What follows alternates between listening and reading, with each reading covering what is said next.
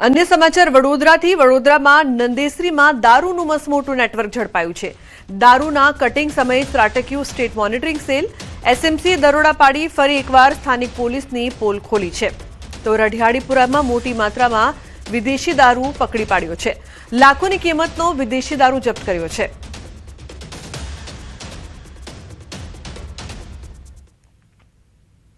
વાપીના ડુંગરી ફળિયામાં ફરી એક વખત આગની ઘટના બની છે। મદીના મસ્જિદ નજીક ભંગારના ગોડાઉનમાં આગ લાગતા અડધી રાત્રે દોડધામ મચી ગઈ હતી। બનાવ બાદ ફાયર બ્રિગેડની ટીમો દોડી આવી હતી। આ વિસ્તારમાં મોટી સંખ્યામાં ભંગારના ગોડાઉનો ધમધમે છે, જેમાં અચાનક કોઈ કારણસર આગ લાગી હતી। આ ગોડાઉનમાં મોટી માત્રામાં પ્લાસ્ટિક અને કેમિકલ સહિત જ્વલનશીલ પદાર્થનો ભંગાર સંગ્રહ કરેલો હોવાથી થોડી જ વારમાં આગે મોટું સ્વરૂપ ધારણ કર્યું હતું અને આગ બેકાબુ બની। આજુબાજુના અન્ય ભંગારના ગોડાઉનને પણ ઝપેટમાં લીધા હતા। શરૂઆતમાં એક ગોડાઉનમાં લાગેલી આગ આસપાસના અન્ય 20થી વધુ ગોડાઉન સુધી પ્રસરી ગઈ હતી। તો ભીષણ આગના કારણે સ્થાનિક લોકોના જીવ અદ્ધર થઈ ગયા હતા। જો કે ફાયર બ્રિગેડની ટીમે આગ પર કાબુ મેળવવા પ્રયાસ કર્યા હતા। આ ઘટનામાં કોઈ જાનહાનિ થઈ નથી। રાજસ્થાનના પ્રતાપગઢના કુંડા વિસ્તારમાં એક યુવતીએ યુવકના પ્રેમમાં હાઈ વોલ્ટેજ ડ્રામા કર્યો। પ્રેમ સંબંધને લઈને યુવતી હાઈટેન્શન ટાવર પર ચડી ગઈ અને પોતાના જીવને જોખમમાં મૂક્યો। પ્રેમી સાથે લગ્ન કરવાની જીદને લઈને યુવતીએ ફિલ્મી સ્ટાઇલમાં આ પગલું ભરતા વિસ્તારમાં અફરાતફરીનો માહોલ સર્જાયો હતો। ઘટનાની જાણ થતાં પોલીસ અને સ્થાનિક લોકો તાત્કાલિક સ્થળ પર દોડી આવ્યા અને યુવતીને સમજાવીને સલામત નીચે ઉતારવા માટે પ્રયત્નો હાથ ધર્યા। આ ઘટનાએ સમગ્ર વિસ્તારમાં ચકચાર મચાવી દીધી છે। તો બીજી તરફ બિહારના મુઝફ્ફરપુરમાં થિયેટરમાં મહિલા ડાન્સરો વચ્ચે ભારે મારામારી થઈ, જેનો વિડીયો સોશિયલ મીડિયામાં વાયરલ થઈ રહ્યો છે। આ વિડીયો ગરહા થાણા વિસ્તારમાં યોજાયેલા પશુ મેળામાં આવેલા એક થિયેટરનો હોવાનું જણાઈ રહ્યું છે, જ્યાં કાર્યક્રમ દરમિયાન અચાનક નર્તકીઓ વચ્ચે ઝઘડો શરૂ થયો અને આખું થિયેટર જંગના મેદાનમાં ફેરવાઈ ગયું। ઘટનાના દ્રશ્યો હવે સોશિયલ મીડિયા પર વાયરલ થતા લોકોમાં ચર્ચાનો વિષય બન્યો છે। હાલ પોલીસ તરફથી ઘટનાની તપાસ શરૂ કરવામાં આવી છે અને આ સમગ્ર મામલે વધુ માહિતી મેળવવાનો પ્રયાસ કરવામાં આવી રહ્યો છે। દારૂબંધીવાળા બિહારમાં ધોળા દિવસે દારૂની લૂંટ ચલાવવામાં આવી છે। છપરામાં દારૂ ભરેલી કાર અકસ્માતનો ભોગ બની હતી। ડ્રાઈવર તો કાર છોડીને ભાગી ગયો હતો, પરંતુ સ્થાનિકોને માલુમ પડતા ઘટના સ્થળે પહોંચી દારૂની લૂંટ ચલાવી હતી। અકસ્માતનો ભોગ બની હતી। વિડીયો વાયરલ થતા પોલીસ હરકતમાં આવી ઘટના સ્થળે પહોંચી સ્થિતિને કાબૂમાં લેવાના પ્રયાસો કર્યા છે, તેમજ ફરાર ડ્રાઈવરની શોધખોળ તેજ કરી છે।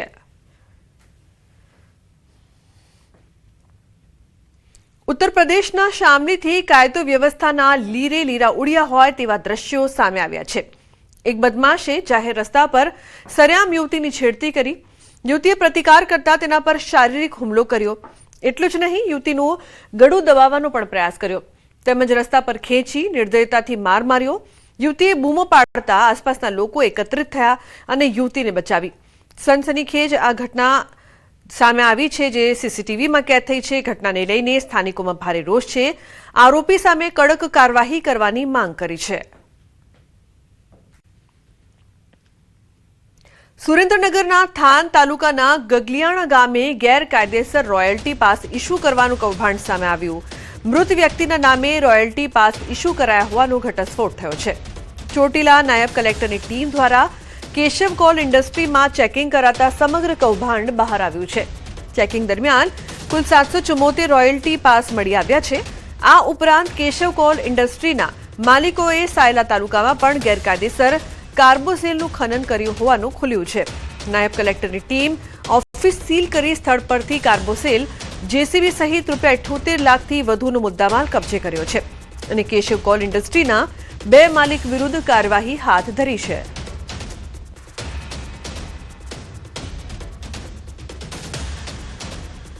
સ્વ હસમુખભાઈ કલ્યાણજી સચદેવ આજથી 5 વર્ષ પહેલા એટલે કે 2021ની અંદર મૃત્યુ પામેલા છે। તેમ છતાં તેઓના નામે આ જે કેશવ ઇન્ડસ્ટ્રી વાળા છે એ તેઓની લીડના નામે આ રોયલ્ટી પાસ ઇસ્યુ કરવામાં આવે છે।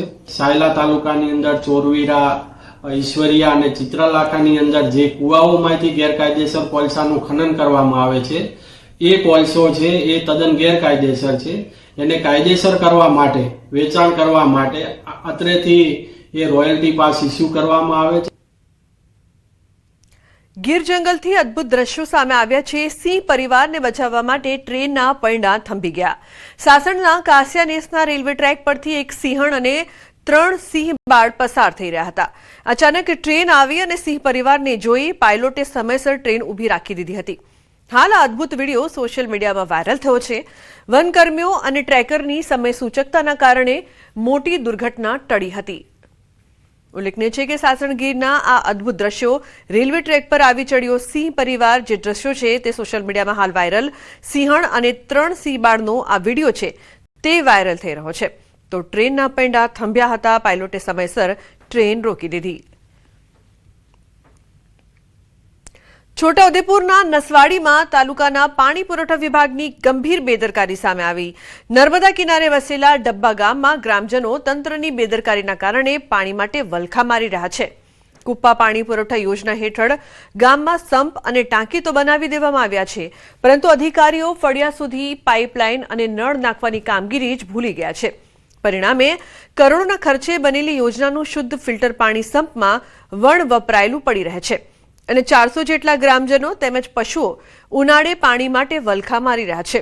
તો બીજી તરફ ગ્રામ પંચાયતના બોરના પાણીના સ્તર નીચે જવાથી તે પણ હવે જવાબ આપી રહ્યા છે, જેના કારણે આગામી દિવસોમાં અહીં પીવાના પાણીની ગંભીર કટોકટી સર્જાય તેવી ભીતિ સેવાઈ રહી છે.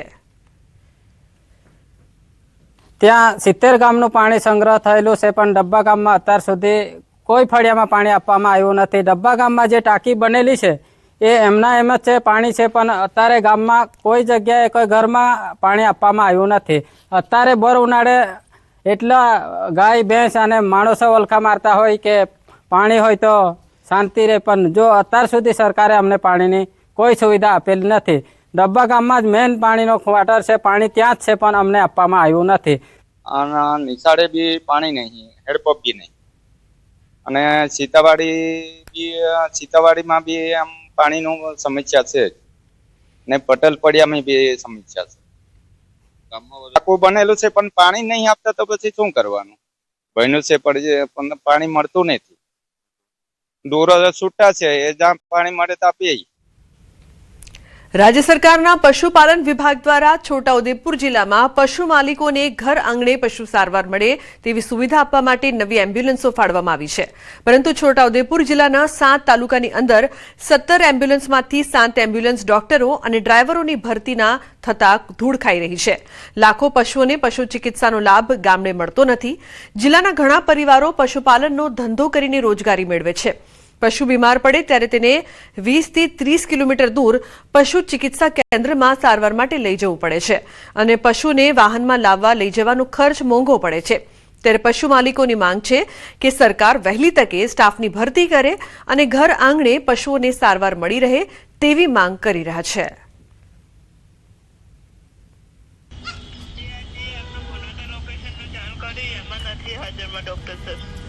અમારે બકરો બીમાર છે તો સરકારે જાહેર કરેલ નંબર 11962 પર અમે કોલ કર્યો ઘરે રહીને.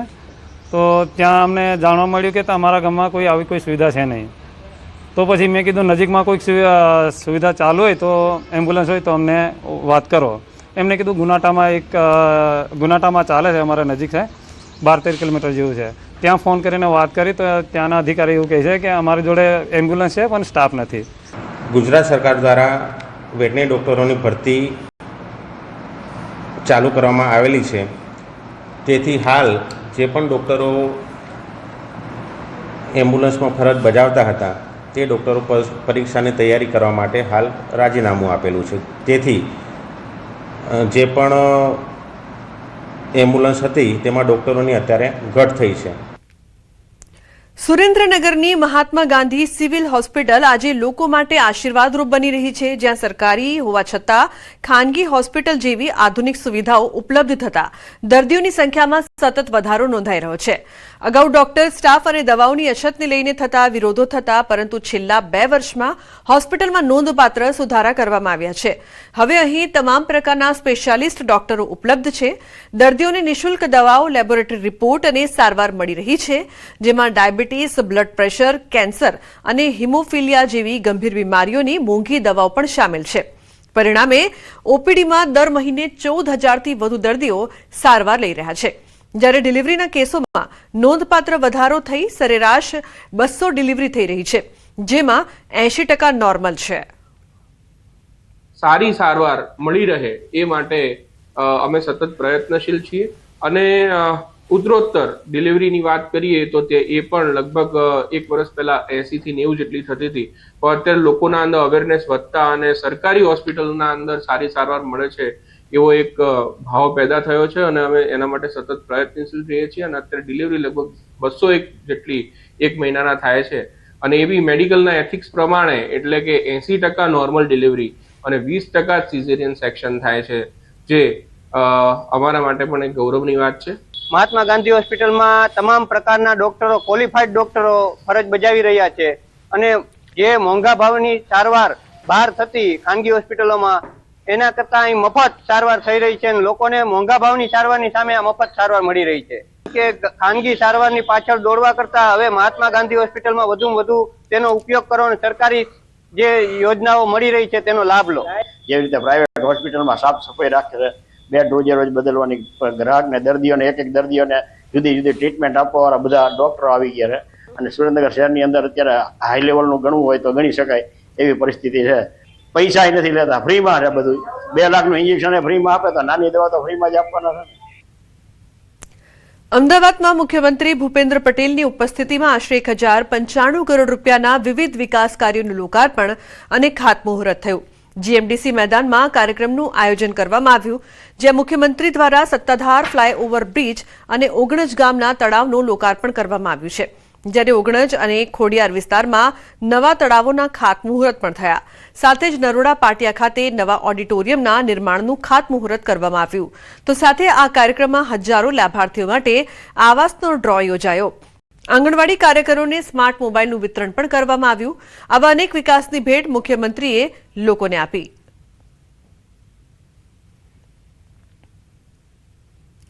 ડાંગ જિલ્લામાં ઉનાઈ સ્થિત પવિત્ર ઉષ્ણ અંબે મંદિરે એક મહત્વપૂર્ણ ઘર વાપસી કાર્યક્રમ યોજાયો, જેમાં 100થી વધુ આદિવાસી યુગલોએ શાસ્ત્રોક્ત વિધિ દ્વારા ફરી હિન્દુ ધર્મ અંગીકાર કર્યો. અગ્નિવીર હિન્દુ સંગઠન દ્વારા આયોજિત આ કાર્યક્રમમાં પવિત્ર સ્નાન, પૂજા અને શુદ્ધિકરણ વિધિથી તેમને ફરી સ્વાગત કરવામાં આવ્યા. સંગઠન મુજબ તમામ લોકોએ પોતાની સ્વેચ્છાએ મૂળ સંસ્કૃતિ સાથે જોડાવાનો નિર્ણય લીધો છે. રાજ્યમાં સમાન નાગરિક સંહિતા અને ધર્મ પરિવર્તન મુદ્દે ચાલી રહેલી ચર્ચાઓ વચ્ચે આ ઘટના ચર્ચાનું કેન્દ્ર બની છે.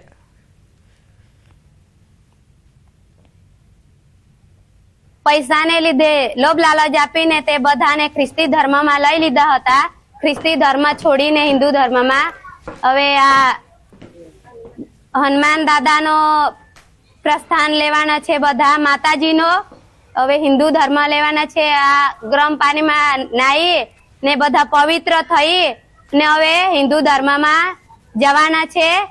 ખ્રિસ્તી ધર્મમાં લઈ ગયેલા પછી અમે પાછા હિન્દુ ધર્મમાં આવ્યા.